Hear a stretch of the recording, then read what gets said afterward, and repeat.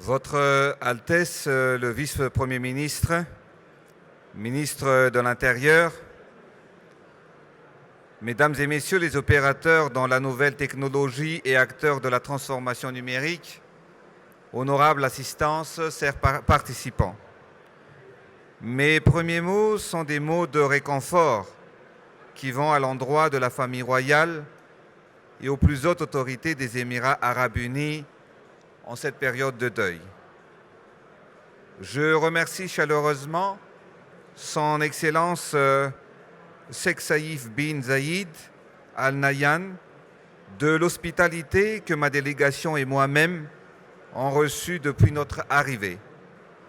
Et je tiens à vous remercier, Votre Excellence, de m'avoir convié à participer à cette conférence qui porte sur un sujet qui m'est cher, une thématique qui est la clé du développement mondial, l'économie numérique. Je mesure tout l'honneur qui est fait à Madagascar. Nous connaissons tous la particularité de cette ville exceptionnelle qui est Dubaï et je suis profondément admiratif de la transformation réalisée en quelques décennies d'un désert en capitale mondiale de l'exemplarité, et cela grâce à la vision et à la détermination de ses leaders. Ce développement remarquable est incontestablement un modèle qui nous inspire tous et je suis convaincu qu'il en sera de même dans le domaine de l'économie numérique. Madagascar ambitionne d'avoir une Smart City, une ville intelligente comme Dubaï.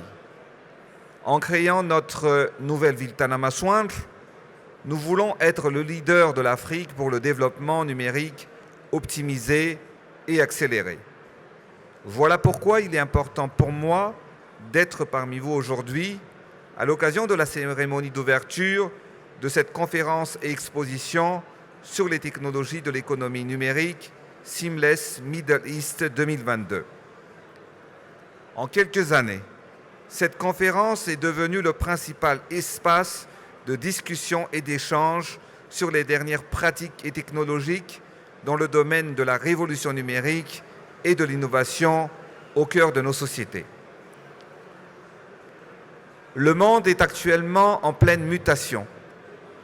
Chaque pays doit adapter sa stratégie à la suite de la crise sanitaire sans précédent que nous avons subie et qui a tant fragilisé nos économies.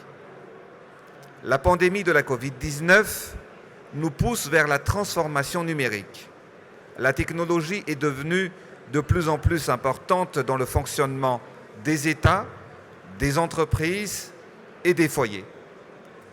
Malgré la fermeture des frontières pendant à peu près 2 ans, et grâce aux nouvelles technologies numériques, notre monde a continué à fonctionner.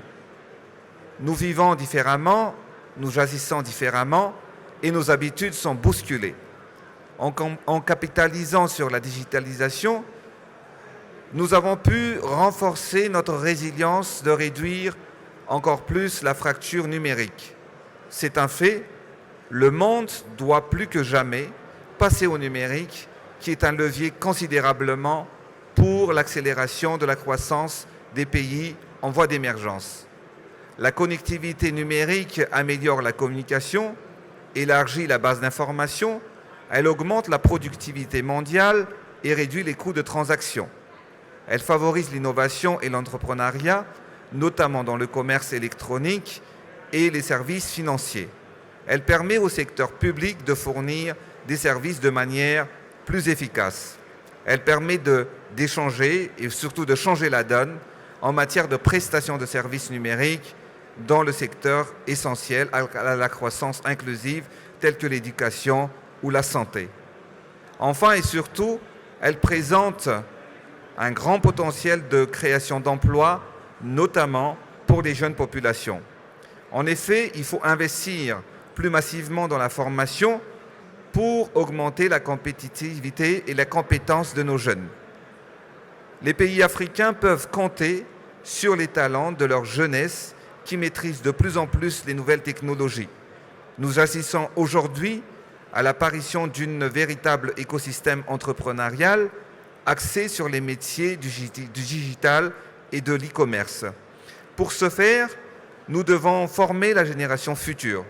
Il est donc de notre devoir de donner de façon équitable l'accès à la formation, aux connaissances et à la maîtrise des technologies qui forgeront le monde de demain, leur monde qui est aussi notre monde. Votre Altesse, Mesdames et Messieurs, l'innovation technologique et en particulier le numérique, vous l'avez bien compris, est un facteur de création de richesses et permet de concevoir de nouvelles solutions pour le développement durable. Elle induit de multiples impacts sociaux sur les modes de pensée, le rapport au temps et l'emploi.